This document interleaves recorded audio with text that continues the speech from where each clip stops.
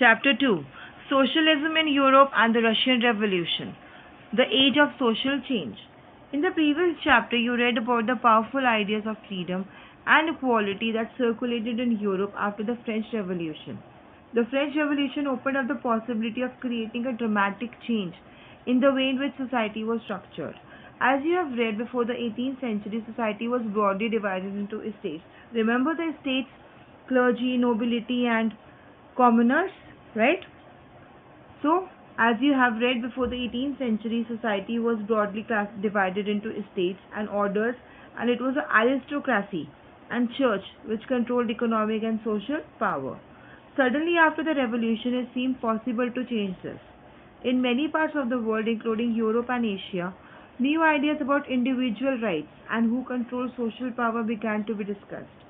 In India, Rajaram Mohan Roy and Desrosiers talked of the significance of the French Revolution, and many others debated the ideas of post-revolutionary Europe. The developments in the colonies, in turn, reshaped these ideas of societal change. Not everyone in Europe, however, wanted a complete transformation of society, because completely the society was transformed. From a monarchy, it changed, right? Then responses varied from those who accepted that some change was necessary but wished for a gradual shift, to those who wanted to restructure society radically. Some were conservatives, others were liberals or radicals. Now, what did these terms really mean in the context of the time? What separated these strands of politics and what linked them together? We must remember that these terms do not mean the same thing in all contexts or at all times. We will look briefly at some of the important political traditions of the 19th century and see how they influenced change. Then, we will focus on one historical event in which there was an attempt at a radical transformation of society. Through the revolution in Russia, socialism became one of the most significant and powerful ideas to shape society in the 20th century. Now, before we proceed, let me tell you, children, I will be reading the chapter. Now, reading is very important because if you will listen to this reading chapter, you will memorize the chapter more comfortably, right? If you will listen again and again to this video, it will help you learn the chapters, okay? So, let's start. The first topic: liberals, radicals, and conservatives. Now, one of the groups which looked to change society were the liberals. Who were the liberals? Liberals wanted a nation which tolerated all religions. They were equal. They have an equal mindset. Okay. We should remember that at this time, European states usually discriminated in favor of one religion or another. Britain favored the Church of England. Austria and Spain favored the Catholic Church. So liberals also opposed the uncontrolled power of dynastic rulers. They wanted to safeguard the rights of individuals against governments. They argued for a representative, elected parliamentary government, subject to laws interpreted by a well-trained judiciary that was independent of rulers and officials. However, they were not democrats. They did not believe in universal adult franchise. Now, what is universal adult franchise means? Every person who is 18 and above 18 years of age has a right to vote. Okay, so they did not believe in the universal adult franchise, that is the right of every citizen to vote. They felt men of property mainly should have the vote. They also did not want the vote for women. Now, in contrast, radicals wanted a nation in which government was based on the majority of a country's population. Many supported women's suffragette movements. Okay. Now, what is movement suffragette? What is suffragette? See, suffragette movement. A movement to give women the right to vote. Now, women also want themselves to be declared as equal as men, right? That is why they fought for their right to vote. That was a women's suffrage movement. Okay, so many supported women's suffrage movements. Unlike liberals, they opposed the privileges of great landowners and wealthy factory owners. They were not against the existence of private property but disliked concentration of property in the hands of a few. Now, the third people, conservatives. Conservatives are opposed to radicals and liberals. After the French Revolution, however, even conservatives had opened their minds to the need for change. Early in the 18th century, conservatives had been generally opposed to the idea of change. By the 19th century, they accepted that some change was inevitable but believed that the past had to be respected and change had to be brought about through a slow process. Such differing ideas about societal change clashed during the social and political turmoil that followed the French Revolution. The various attempts at revolution and national transformation in the 19th century helped define both the limits and potential of these political tendencies. Now, the next topic, industrial society and social change. These political trends were signs of a new time. It was a time of profound social and economic changes. It was a time when new cities came up and new industrialized regions developed, railways expanded, and the Industrial Revolution occurred. Industrialization brought men, women, and children to factories. Work hours were often long and wages were poor. Unemployment was common, particularly during times of low demand for industrial goods. Housing and sanitation problems in towns were growing rapidly. Liberals and radicals searched for solutions to these issues. See this figure? The London poor in the mid 19th century as seen by a contemporary. Now, almost all industries were the properties of individuals. Liberals and radicals themselves were often property owners and employers. Having made their wealth through trade or industrial ventures, they felt that such efforts should be encouraged, that its benefits would be achieved if the workforce and the economy was healthy and citizens were educated. Opposed to the privileges the old aristocracy had by birth, they firmly believed in the value of individual effort, labor, and enterprise.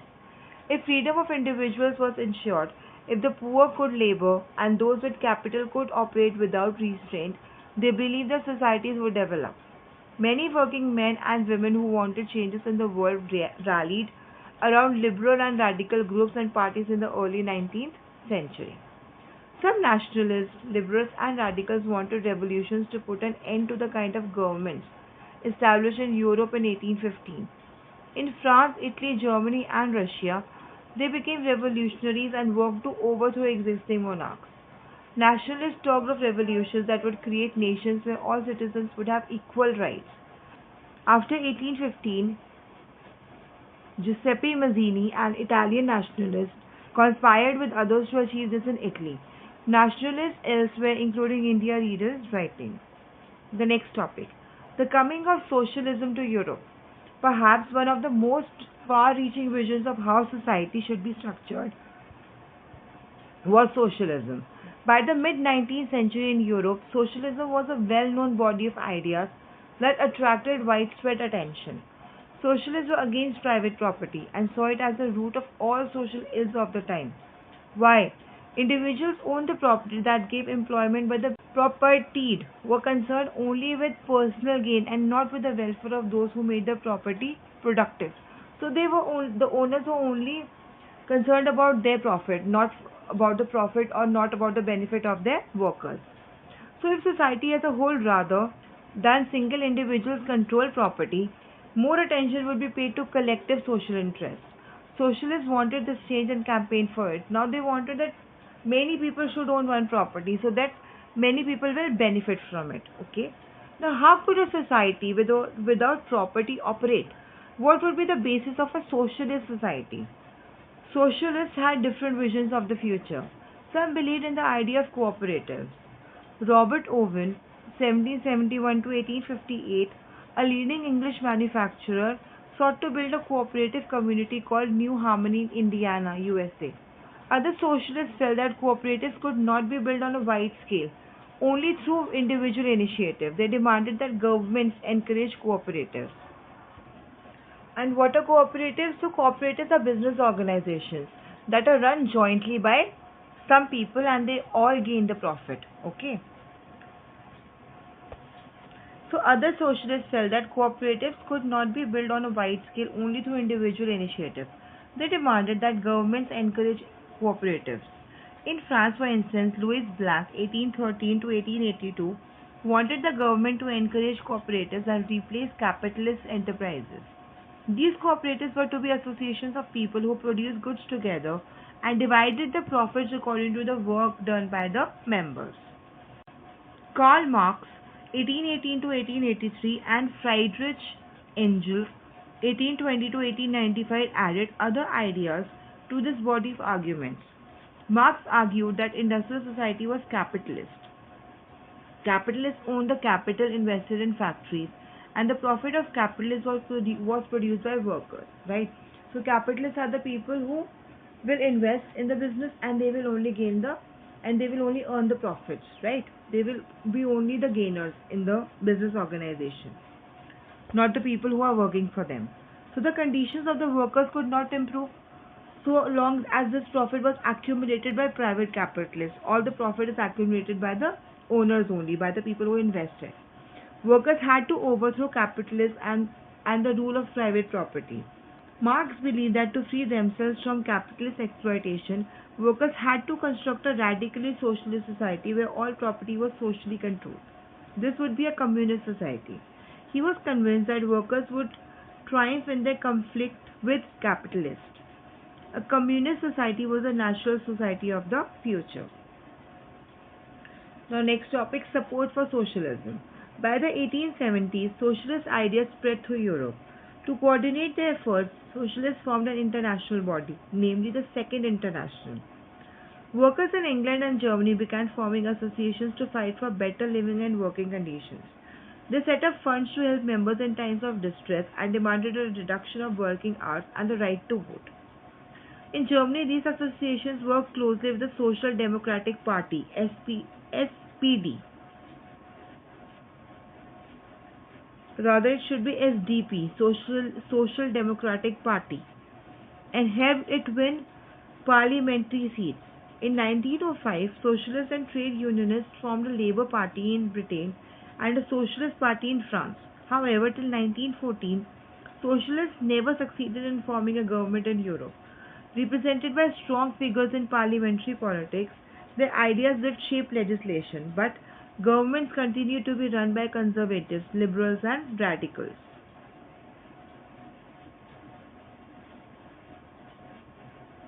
Now, this figure 2. This is a painting of Paris Commune of 1871. This was the period when the town council, Commune of Paris, was taken over by people's government consisting of workers, ordinary people, professionals, political activists, and others. The uprising emerged against a background of growing discontent against the politics of the French state.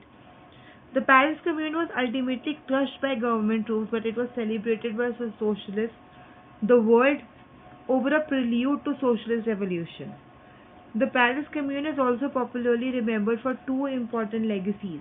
One for its association with the workers' red flag, that was a flag adopted by the Communards, revolutionaries in Paris, and for the Marseillaise, originally written as a war song in 1792. It became a symbol of the Commune and of the struggle for liberty. The Russian Revolution. In one of the least industrialized of European states, the situation was reversed. Socialists took over the government in Russia through the October Revolution of 1917. The fall of monarchy in February 1917 and the events of October are normally called the Russian Revolution. So this is the definition of Russian Revolution. How did this come about? What were the social and political conditions in Russia when the revolution occurred? To answer these questions, let us look at Russia a few years before the revolution. So, the Russian Empire in 1914. In 1914, Tsar Nicholas II ruled Russia and its empire.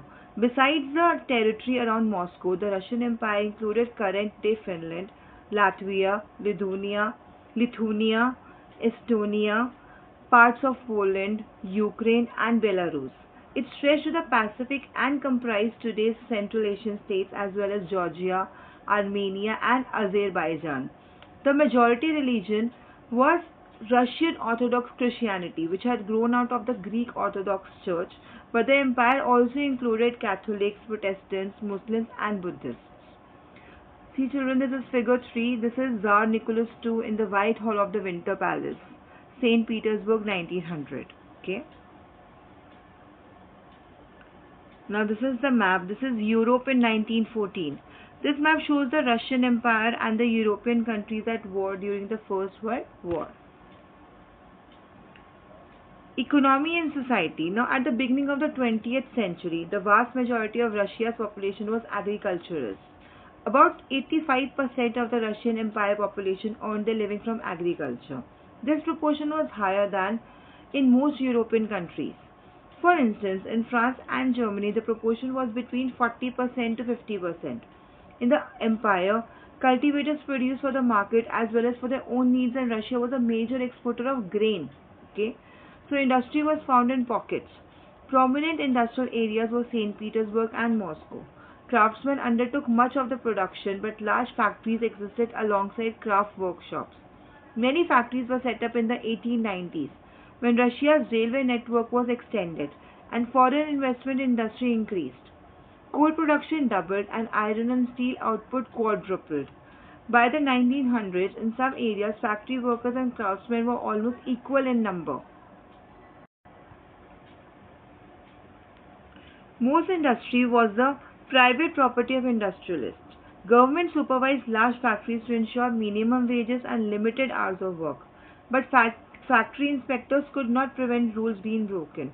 In craft units and small workshops, the working day was sometimes 15 hours, compared with 12 or 10 or 12 hours in factories. Accommodation varied from rooms to dormitories. What are dormitories? Dormitories are large rooms with beds lying there. Okay, so many people can stay in one room, in a one big room. Workers were a divided social group. Some had strong links with the villages from which they came, others had settled in cities permanently. Workers were divided by skill. A metal worker of St. Petersburg recalled, metal workers considered themselves aristocrats among other workers, so they were considered as superiors.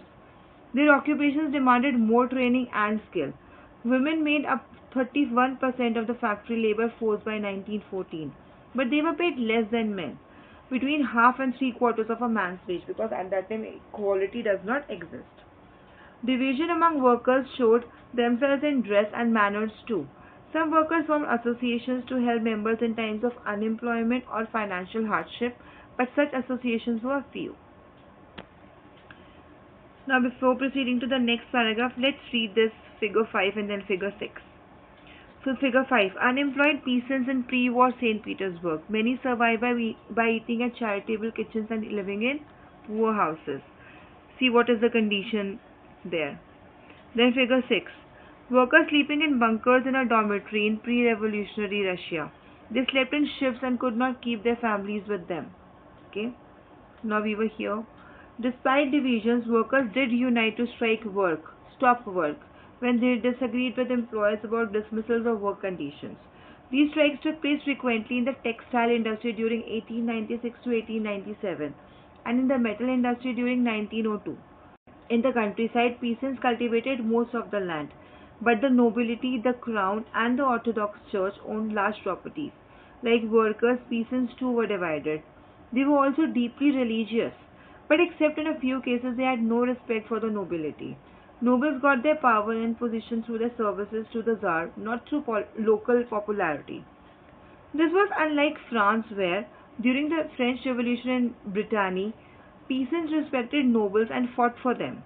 In Russia, peasants wanted the land of nobles to be given to them. Nobles were the kings, okay? Frequently, they refused to pay rent and even murdered landlords. In 1902, this occurred on a large scale in South Russia. In 1905, such incidents took place all over Russia. Russian peasants were different from other European peasants in another way.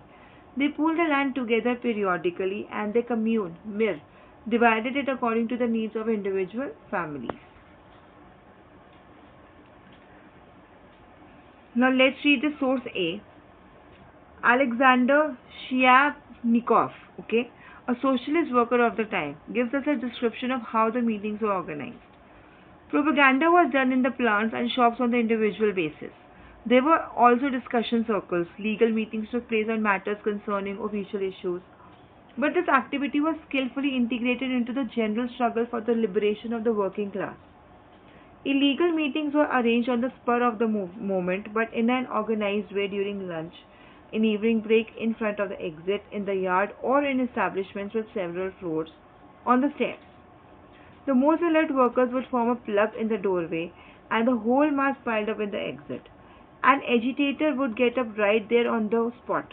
Management would contact the police on the telephone, but the speeches would have already been made and the necessary decision taken by the time they arrived. Alexander Shliapnikov on the eve of 1917 reminisces from the revolutionary underground. Now 2.3. Socialism in Russia. All political parties were illegal in Russia before 1914. The Russian Social Democratic Workers' Party was founded in 1898 by socialists who respected Marx's ideas. However, because of the government policy, it had to operate as an illegal organization. It set up a newspaper, mobilized workers, and organized strikes.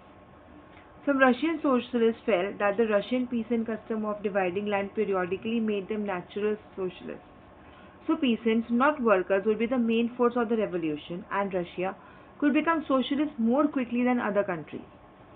Socialists were active in the countryside through the late 19th century. They formed the Socialist Revolutionary Party in 1900. This party struggled for peasant rights and demanded that the land belonging to nobles be transferred to peasants. Social Democrats disagreed with socialist revolutionaries about peasants. Lenin felt that peasants were not one united group. Some were poor and others rich. Some worked as laborers while others were capitalists who employed workers. Given this differentiation within them, they could not all be a part of socialist movement. The party was divided over the strategy of organization. Vladimir Lenin, who led the Bolshevik group, thought that in a repressive society like Tsarist Russia, the party should be disciplined and should control the number and quality of its members. Others, Mensheviks, thought that the party should be open to all, as in Germany. Okay? So they all had their own perspectives, their own views, right? Now, a turbulent time. The 1905 revolution. Russia was an autocracy. So what is autocracy? Autocracy is a government which is governed by just one person. So one person rules. Okay? Unlike other European rulers, even at the beginning of the 20th century, the Tsar was not subject to parliament. Liberals in Russia campaigned to end this state of affairs. Together with the Social Democrats and Socialist revolutionaries, they worked with peasants and workers during the revolution of 1905 to demand a constitution. They were supported in the empire by nationalists, in Poland for instance, and in Muslim-dominated areas by jihadists who wanted modernized Islam to lead their societies. Who are jihadists? Let's see. So these are Muslim reformers within the Russian Empire. Now let's come back to our paragraph here. The year 1904 was a particularly bad one for Russian workers. Prices of essential goods rose so quickly that real wages declined by 20%. Now what are real wages? Reflects the quantities of goods which the wages will actually buy. So the membership of workers' associations rose dramatically. When 4 members of the Assembly of Russian Workers, which had been formed in 1904, were dismissed at the Putilov Iron Works, there was a call for industrial action. Over the next few days, over 110,000 workers in St. Petersburg went on strike, demanding a reduction in the working day to 8 hours, an increase in wages and improvement in working conditions. When the procession of workers led by Father Gipin reached the Winter Palace, it was attacked by the police and the Cossacks. Over 100 workers were killed and about 300 wounded. The incident, known as Bloody Sunday, started a series of events that became known as the 1905 Revolution. Strikes took place all over the country and universities closed down and student bodies staged walkouts, complaining about the lack of civil liberties. Lawyers, doctors, engineers and other middle-class workers established a union of unions and demanded a constituent assembly. Now why were they demanding a constituent assembly? Because the whole of the government, whole of the rule was in one person's hand, right? And in a constitution there are rules and regulations laid by a government. There is a government. There are people who are the representatives of the citizens. Okay, so they work for the people, for the citizens of the country, not for themselves only. That is why we need a constitution. Constitution always laid down the rules and regulations which are beneficial for the people and which will be also beneficial for the country in the long run. Okay. Now, during the 1905 revolution, the Tsar allowed the creation of an elected consultative parliament or Duma. For a brief while during the revolution, there existed a large number of trade unions and factory committees made up of factory workers. After 1905, most committees and unions worked unofficially since they were declared illegal. Severe restrictions were placed on political activity. The Tsar dismissed the first Duma within 75 days and the re-elected second Duma within 3 months. He did not want any questioning of his authority or any reduction in his power. He changed the voting laws and packed the third Duma with conservative politicians. Liberals and revolutionaries were kept out. So, what is Duma? Duma is a legislative body in the ruling assembly of Russia. Okay, so that was a legislative body which was appointed by Tsar, but he never supported it. The First World War and the Russian Empire. In 1914, war broke out between two European alliances, Germany, Austria and Turkey, the Central Powers, and France, Britain and Russia, later Italy and Romania. Each country had a global empire and the war was fought outside Europe as well as in Europe. This was the First World War. So the First World War broke out in 1914 between Germany, Austria and Turkey, the Central Powers, and France, Britain and Russia, later Italy and Romania. Okay. Now in Russia, this war was initially popular and people rallied around Tsar Nicholas II. As the war continued, though the Tsar refused to consult the main parties in the Duma, support wore thin. Anti-German sentiments ran high, as he can be seen in the renaming of St. Petersburg, a German name, as Petrograd. The Tsarina Alexandra's German origins and poor advisors, especially a monk called Rasputin, made the autocracy unpopular. The First World War on the Eastern Front differed from that on the Western Front. Okay, so both of them differed. In the West, armies fought from trenches stretched along eastern France. In the East, armies moved a good deal and fought battles, leaving large casualties. Defeats were shocking and demoralizing. Russia's army lost badly in Germany and Austria between 1914 and 1916. So there were over 7 million casualties by 1970 because people were suffering because of the war. As they retreated, the Russian army destroyed crops and buildings to prevent the enemy from being able to live off the land. Because if there were no crops, there will be no food and the people will die. And they will become weak as well. The majority will become weak. The destruction of crops and buildings led to over 3 million refugees in Russia. The situation discredited the government and the Tsar. Soldiers did not wish to fight such a war. See, you can see figure 7. Russian soldiers during the First World War. The Imperial Russian Army came to be known as the Russian Steamroller. It was the largest armed force in the world. When this army shifted its loyalty and began supporting the revolutionaries, Tsarist power collapsed. The war also had a severe impact on industry. Russia's own industries were few in number and the country was cut off from other suppliers of industrial goods by German control of the Baltic Sea. Industrial equipment disintegrated more rapidly in Russia than elsewhere in Europe. By 1916, railway lines began to break down. Able-bodied men were called up to the war. As a result, there were labor shortages and small workshops producing essentials were shut down. Large supplies of grain were sent to feed the army. For the people in the cities, bread and flour became scarce. By the winter of 1916, riots at bread shops were common. The February Revolution in Petrograd. Okay. In the winter of 1917, conditions in the capital Petrograd were grim. The layout of the city seemed to emphasize the divisions among its people. The workers' quarters and factories were located on the right bank of the river Neva. On the left bank were the fashionable areas, the Winter Palace, and official buildings, including the palace where the Duma met. In February 1917, the food shortages were deeply felt in the workers' quarters. The winter was very cold. There had been exceptional frost and heavy snow. Parliamentarians wishing to preserve elected government were opposed to the Tsar's desire to dissolve the Duma. He never supported the Duma, he always wanted to dissolve it and rule. Okay. On 22nd February, a lockout took place at the factory on the right bank. The next day, workers in 50 factories called a strike in sympathy. In many factories, women led the way to strikes. This came to be called the International Women's Day. Demonstrating workers crossed from the factory workers to the center of the capital, the Nevsky Prospect. At this stage, no political party was actively organizing the movement. As the fashionable quarters and official buildings were surrounded by workers, the government imposed a curfew. Demonstrators dispersed by the evening, but they came back on the 24th and 25th. The government called out the cavalry and police to keep an eye on them.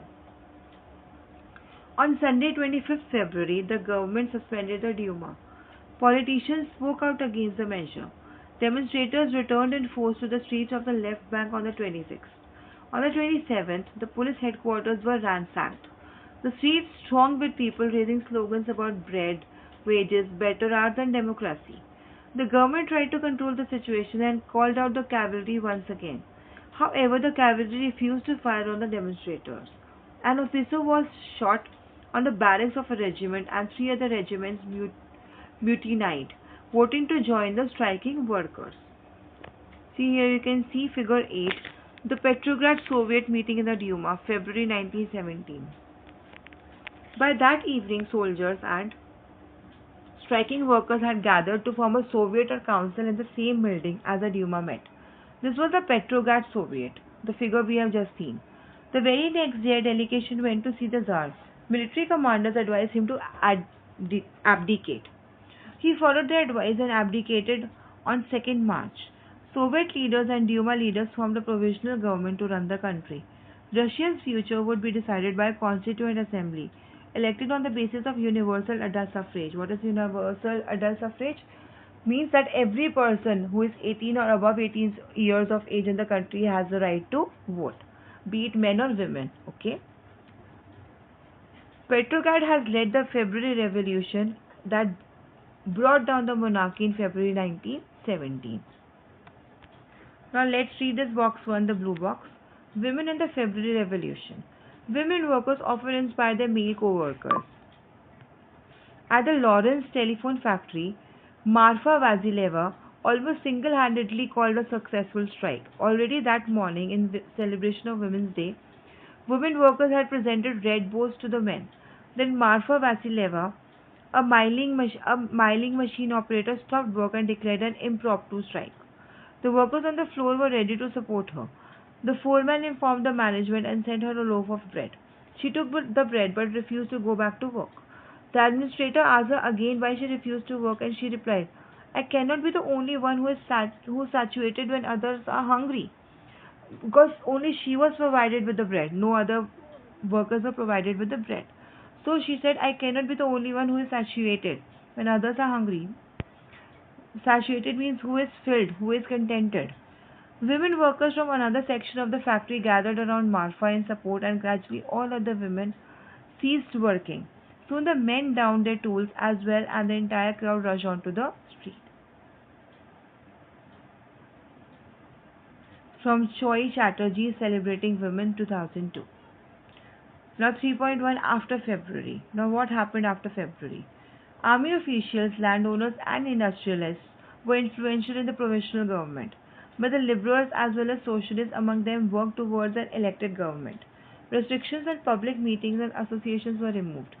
Soviets like the Petrograd Soviet were set up everywhere, though no common system of election was followed. In April 1917, the Bolshevik leader Vladimir Lenin returned to Russia from his exile. He and the Bolsheviks had opposed the war since 1914. Now he felt it was time for Soviets to take over power. He declared that the war he brought to a close, land be transferred to the peasants and banks be nationalized. These three demands were Lenin's April thesis. He also argued that the Bolshevik party rename itself the Communist Party to indicate its new radical aims. Most others in the Bolshevik party were initially surprised by the April thesis. They thought that the time was not yet ripe for a socialist revolution and the provisional government needed to be supported. So they think that this is not the right time. But the developments of the subsequent months changed their attitude. Through the summer, the workers' movement spread. In industrial areas, factory committees were formed, which began questioning the way industrialists ran their factories. Trade unions grew in number. Soldiers' committees were formed in the army. In June, about 500 Soviets sent representatives to an all-Russian Congress of Soviets. As the provisional government saw its power reduce and Bolshevik influence grew, it decided to take stern measures against the spreading discontent. It resisted attempts by workers to run factories and began arresting leaders. Popular demonstrations staged by the Bolsheviks in July 1917 were sternly repressed. Many Bolshevik leaders had to go into hiding or flee. Here you can see in figure 9 a Bolshevik image of Lenin addressing workers in April 1917. Meanwhile, in the countryside, peasants and the socialist revolutionary leaders pressed for a redistribution of land. Land committees were formed to handle this. Encouraged by the socialist revolutionaries, peasants seized land between July and September 1917. See this figure, the July days. A pro-Bolshevik demonstration on 17 July 1917 being fired upon by the army. Now the Revolution of October 1917. As the conflict between the provisional government and the Bolsheviks grew, Lenin feared the provisional government would set up a dictatorship. In September, he began discussions for an uprising against the government. Bolshevik supporters in the army, Soviets, and factories were brought together. Now, what is a dictatorship? Dictatorship is that a country is ruled by a king. Okay, so whatever he will say, everyone has to follow. He is the government there. On 16 October 1917, Lenin persuaded the Petrograd Soviet and the Bolshevik Party to agree to a socialist seizure of power. A military revolutionary committee was appointed by the Soviet under Leon Trotsky to organize the seizure. The date of the event was kept a secret. The uprising began on 24th October. Sensing trouble, Prime Minister Kerensky had left the city to summon troops. At dawn, military men loyal to the government seized the buildings of two Bolshevik newspapers. Pro-government troops were sent to take over telephone and telegraph offices and protect the Winter Palace. In a swift response, the Military Revolutionary Committee ordered its supporters to seize government offices and arrest ministers. Late in the day, the ship Aurora shelled the Winter Palace. Other vessels sailed down the Neva and took over various military points. By nightfall, the city was under the committee's control and ministers had surrendered. At a meeting of all Russian Congress of Soviets in Petrograd, the majority approved the Bolshevik action. Uprisings took place in the cities. There was a heavy fighting, especially in Moscow, but by December, the Bolsheviks controlled the Moscow-Petrograd area. Now let's read this box 2, the blue box, date of the Russian Revolution. Russia followed the Julian calendar until 1st February 1918. The country then changed to the Gregorian calendar, which is followed everywhere today also. We people follow it. The Gregorian dates are 13 days ahead of the Julian dates.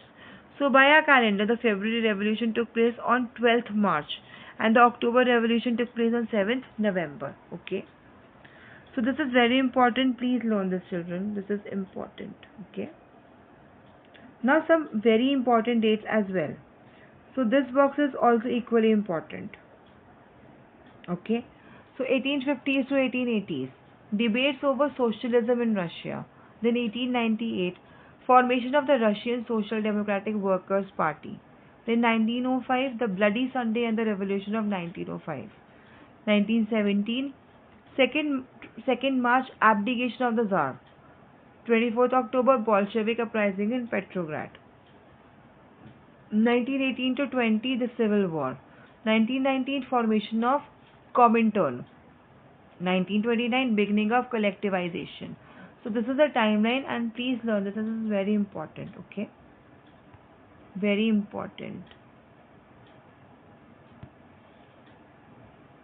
See this figure 11. Lenin left and the Trotsky right with workers at Petrograd.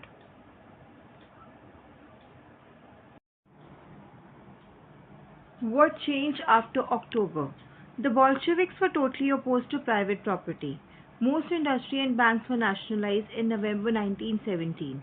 This meant that the government took over ownership and management. Land was declared social property and peasants were allowed to seize the land of the nobility. In cities, Bolsheviks enforced the partition of large houses according to family requirements. They banned the use of the old titles of aristocracy. To assert the change, new uniforms were designed for the army and officials following a clothing competition organized in 1918 when the Soviet hat Budenovka was chosen. Okay. The Bolshevik Party was renamed the Russian Communist Party Bolshevik. In November 1917, the Bolsheviks conducted the elections to the Constituent Assembly, but they failed to gain majority support. In January 1918, the Assembly rejected Bolshevik measures and Lenin dismissed the Assembly. He thought the All Russian Congress of Soviets was more democratic than an assembly elected in uncertain conditions. In March 1918, despite opposition by their political allies, the Bolsheviks made peace with Germany at Brest-Litovsk. In the years that followed, the Bolsheviks became the only party to participate in the elections to All Russian Congress of Soviets, which became the parliament of the country. Russia became a one-party state. Trade unions were kept under party control. The secret police, called the Cheka first and later OGPU and NKVD, punished those who criticized the Bolsheviks. Many young writers and artists rallied to the party because it stood for socialism and for change. After October 1917, this led to experiments in the arts and architecture, but many became disillusioned because of the censorship the party encouraged. Okay, so let's see this. Figure 13. Made a demonstration in Moscow in 1918. Okay, now let's read this box 3. The October Revolution and the Russian countryside, two views. News of the revolutionary uprising of October 25, 1917 reached the village the following day and was greeted with enthusiasm. To the peasants it meant free land and an end to the war. The day the news arrived, the landowner's manor house was looted, his stock farms were requisitioned, and his vast orchard was cut down and sold to the peasants for wood. All his far buildings were torn down and left in ruins while the land was distributed among the peasants who were prepared to live the new Soviet life. From Fedor Belov, The History of a Soviet Collective Farm. A member of a land-owning family wrote to a relative about what happened at the estate. The coup happened quite painlessly, quietly and peacefully. The first days were unbearable. Mikhail Mikhailovich, the estate owner, was calm. The girls also. I must say the chairman behaves correctly and even politely. We were left 2 cows and 2 horses. The servants tell them all the time not to bother us. Let them live. We vouch for their safety and property. We want them treated as humanely as possible. There are rumors that several villages were trying to evict the committees and return the estate to Mikhailovich.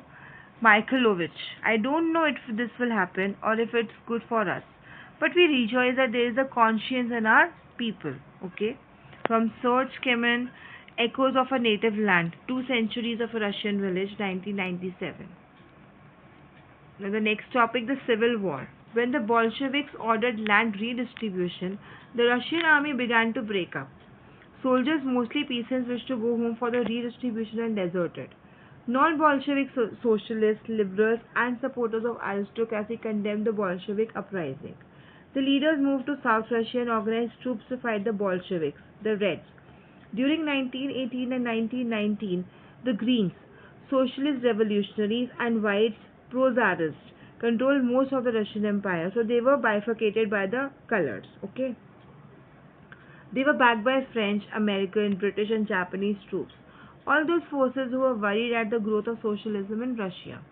As these troops and the Bolsheviks fought a civil war, looting, banditry, and famine became common.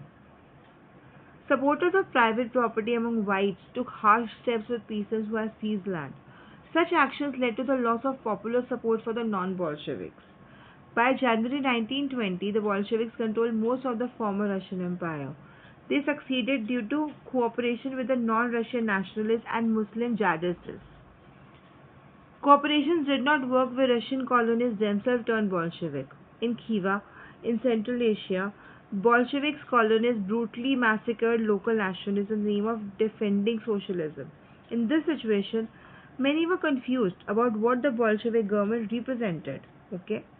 Partly to remedy this, most Non-Russian nationalities were given political autonomy in the Soviet Union (USSR), the state the Bolsheviks created from the Russian Empire in December 1922. What is autonomy? The right to govern themselves. Now I am here, but since this was combined with unpopular policies that the Bolsheviks forced the local government to follow, like the harsh discouragement of nomadism, attempts to win over different nationalities were only partly successful. What is nomadism? Lifestyle of those who do not live in one place but move from area to earn their living. So nomads are wandering people. Okay. The source B. Central Asia of the October Revolution, two views. M.N. Roy was an Indian revolutionary, a founder of the Mexican Communist Party and prominent Comintern leader in India, China and Europe. He was in Central Asia at the time of the Civil War in the 1920s. He wrote, "The chieftain was a benevolent old man, his attendant a youth who spoke Russian. He had heard of the revolution which had overthrown the Tsar and driven away the generals who conquered the homeland of the Kyrgyz. So the revolution meant that the Kyrgyz were masters of their home again. Long live the revolution," shouted the Kyrgyz youth who seemed to be born Bolshevik. The whole tribe joined. M.N. Roy, Memoirs, 1964. Now the second view. The Kyrgyz welcomed the first revolution, that is February Revolution, with joy, and the second revolution with consternation and terror. This first revolution freed them from the oppression of the Tsarist regime and strengthened their hope that autonomy would be realized. The second revolution, October Revolution, was accompanied by violence, pillage, taxes, and the establishment of dictatorial power. Once a small group of Tsarist bureaucrats oppressed the Kyrgyz, now the same group of people perpetuate the same regime. Kazakh leader in 1919 quoted in Alexander Berezin and Chantal Quelle-Cuze. Les mouvements nationaux chez les musulmans de Russie. 1960.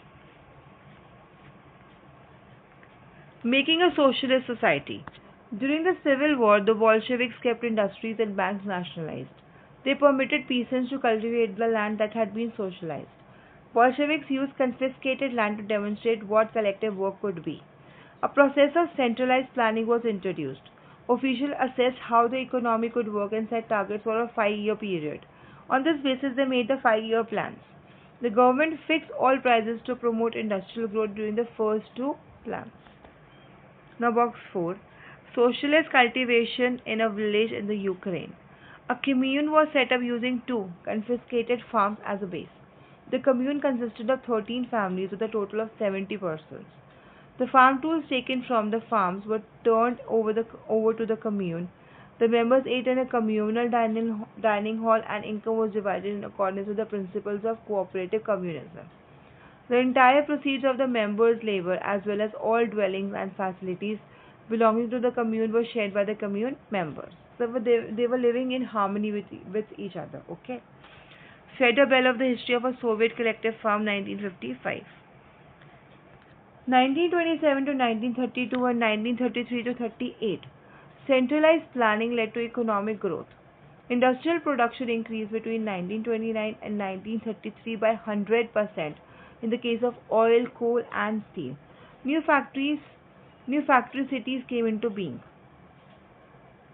However, rapid construction led to poor working conditions. In the city of Magnitogorsk, the construction of a steel plant was achieved in 3 years. Workers lived hard lives, and the result was 550 stoppages of work in the first year alone. In living quarters in the winter time at 40 degrees below, people had to climb down from the 4th floor and dash across the street in order to go to the toilet. An extended schooling system developed, and arrangements were made for factory workers and peasants to enter universities. Creches were established in factories for the children of women workers. Now, what are creches? I hope you all are aware of that, the place where women can keep their babies in a daycare. Okay, so there they will be provided with food and care. It's a facility nearby where the woman works. Okay, nearby their workplaces. Cheap public health care was provided. Model living quarters were set up for workers. The effect of this was uneven, though, since government resources were limited. See this figure 14. Factories came to be seen as a symbol of socialism. This poster states the smoke from the chimneys is the breathing of Soviet Russia. Then this figure 17, factory dining hall in the 1930s. So see, dreams and realities of a Soviet childhood in 1933. Dear grandfather Kalinin, my family is large. There are four children. We don't have a father. He died fighting for the workers' cause, and my mother is ailing. I want to study very much, but I cannot go to school. I had some old boots, but they are completely torn and no one can mend them. My mother is sick. We have no money and no bread. But I want to study very much. There stands before us the task of studying, studying and studying. This is what Vladimir Ilyich Lenin said. But I have to stop going to school. We had no relatives and there is no one to help us. So I have to go to work in a factory to prevent the family from starving. Dear grandfather, I am 13. I study well and have no bad reports. I am in class 5. Letter of 1933 from a 13-year-old worker to Kalinin, Soviet president. Stalinism and collectivization. The period of early planned economy was linked to the disasters of the collectivization of agriculture. By 1927 to 1928, the towns in Soviet Russia were facing an acute problem of grain supplies. The government fixed prices at which grain must be sold, but the peasants refused to sell their grain to government buyers at these prices. Stalin, who headed the party after the death of Lenin, introduced some emergency measures. He believed that rich peasants and traders in the countryside were holding stocks in the hope of higher prices. Speculation had to be stopped and supplies confiscated. In 1928, party members toured the grain producing areas, supervising enforced grain collections and raiding kulaks. The name for well-to-do peasants. Okay, so the name for well-to-do peasants was kulaks. As shortages continued, the decision was taken to collectivize farms. It was argued that grain shortages were partly due to small size of holdings. After 1917, land had to be given over to peasants. These small-sized peasant farms could not be modernized. To develop modern farms and run them along industrial lines with machinery, it was necessary to eliminate kulaks, take away land from peasants, and establish state-controlled large farms. Now this is figure 18, a poster during collectivization. It states, "We shall strike at the kulak working for the decrease in cultivation." Now I am here. What followed was Stalin's collectivization program. From 1929, the party forced all peasants to cultivate in collective farm, kolkhoz. The bulk of land and implements were transferred to the ownership of collective farms. Peasants work on the land and the kolkhoz profit was shared. Enraged peasants resisted the authorities and destroyed the livestock. Between 1929 and 1931, the number of cattle fell by one-third. Those who resisted collectivization were severely punished. Many were deported and exiled. As they resisted collectivization, peasants argued that they were not rich and they were not against socialism. They merely did not want to work in collective farms for a variety of reasons. Stalin's government allowed some independent cultivation but treated such cultivators unsympathetically.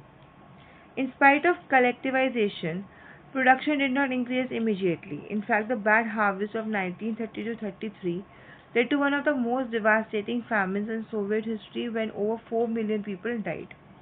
Now, what do you mean by deported? Deported is forcibly removed from one's own country. Then what is exiled? Exiled is forced to live away from one's own country. Okay. Now this is figure 19. Peasant women being gathered to work at a large collective farm. Source D. Official view of the opposition to collectivization and the government response. From the second half of February of this year, in various regions of the Ukraine, mass insurrections of the peasantry have taken place, caused by distortions of the party's line by a section of lower ranks of the party and the Soviet apparatus in the course of the introduction of collectivization and preparatory work for the spring harvest. Within a short time, large-scale activities from the above-mentioned regions carried over into neighboring areas, and the most aggressive insurrections have taken place near the border. The greater part of the peasant insurrections have been linked with outright demands for the return of collectivized stocks of grain, livestock, and tools. Between 1st February and 15th March, 25,000 have been arrested, 656 have been executed, 3,670 have been imprisoned in labor camps, and 5,580 exiled. Report of K.M. Carlson, President of the State Police Administration of the Ukraine, to the Central Committee of the Communist Party on 19 March 1930. Many within the party criticized the confusion in industrial production under the planned economy and the consequences of collectivization. Stalin and his sympathizers charged these critics with conspiracy against socialism. Accusations were made throughout the country, and by 1939, over 2 million were in prisons or labor camps. Most were innocent of the crimes, but no one spoke for them. A large number were forced to make false confessions under torture and were executed. Several among them were talented professionals. Source E. This is a letter written by a peasant who did not want to join the collective farm. To the newspaper, Krestianska Gazeta, peasant newspaper. I am a natural working peasant born in 1879. There are 6 members in my family. My wife was born in 1881. My son is 16, 2 daughters 19. All three go to school. My sister is 71. From 1932, heavy taxes have been levied on me that I have found impossible. From 1935, local authorities have increased the taxes on me, and I was unable to handle them, and all my property was registered. My horse, cow, calf, sheep with lambs, all my implements, furniture, and my reserve of wood for repair of buildings, and they sold the lot for the taxes. In 1936, they sold 2 of my buildings. The kolkhoz bought them. In 1937, of 2 huts I had, one was sold and one was confiscated. Afanasy Dedorovich Frebenev, an independent cultivator.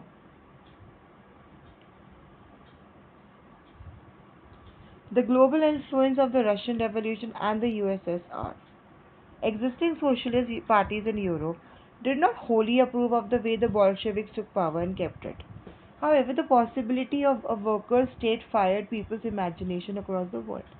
In many countries, communist parties were formed, like the Communist Party of Great Britain. The Bolsheviks encouraged colonial people to follow the experiment.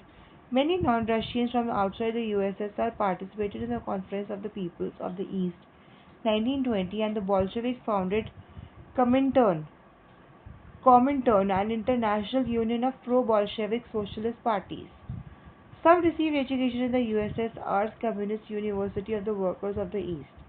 By the time of the outbreak of the Second World War, the USSR had given socialism a global face and world stature.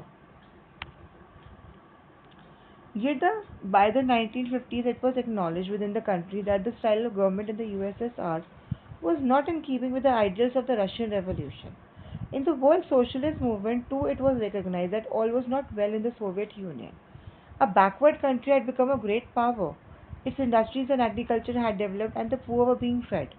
But it had denied the essential freedoms to its citizens and carried out its developmental projects through repressive policies.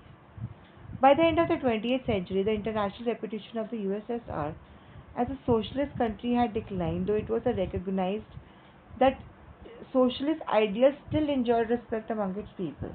But in each country, the ideas of socialism were rethought in a variety of different ways. Box 5. Writing about the Russian Revolution in India. Among those the Russian Revolution inspired were many Indians. Several attended the Communist University. By the mid 1920s, the Communist Party was formed in India. Its members kept in touch with the Soviet Communist Party. Important Indian political and cultural figures took an interest in the Soviet experiment and visited Russia, among them Jawaharlal Nehru and Rabindranath Tagore, who wrote about Soviet socialism. In India, writings gave impressions of Soviet Russia. In Hindi, R.S. Awasthi wrote in 1920 to 21 Russian Revolution, Lenin, his life and his thoughts, and later the Red Revolution. S.D. Vidyalankar wrote The Rebirth of Russia and the Soviet State of Russia. There was much that was written in Bengali, Marathi, Malayalam, Tamil and Telugu. Now see this figure 20. Special issue on Lenin of the Indo-Soviet General. Indian communists mobilized support for the USSR during the Second World War. Source F. An Indian arrives in Soviet Russia in 1920. For the first time in our lives, we were seeing Europeans mixing freely with Asians. On seeing the Russians mingling freely with the rest of the people of the country, we were convinced that we had come to a land of real equality. We saw freedom in its true light. In spite of their poverty, imposed by the counter revolutionaries and the imperialists, the people were more jovial. Jovial means happy and satisfied than ever before. The revolution has instilled confidence and fearlessness in them. The real brotherhood of mankind would be seen here about among these people of 50 different nationalities. No barriers of caste or religion hindered them from mixing freely with one another. Every soul was transformed into an orator. One could see a worker, a peasant, or a soldier haranguing like a professional lecturer. Shaukat Usmani, Historic Trips of a Revolutionary. Then source G. Rabindranath Tagore wrote from Russia in 1930. Moscow appears much less clean than the other European capitals. None of those hurrying along the streets look smart. The whole place belongs to the workers. Here the masses have not in the least have been put in a shade by the gentlemen. Those who lived in the background for ages have come forward in the open today. I thought of the peasants and workers in my own country. It all seemed like the work of the genie in the Arabian Nights. Here, only a decade ago, they were as illiterate, helpless, and hungry as our own masses. Who could be more astonished than an unfortunate Indian like myself to see how they had removed the mountain of ignorance and helplessness in these few years? Now, children, here we come to the end of this chapter, and I will upload the exercise in another video. Thank you.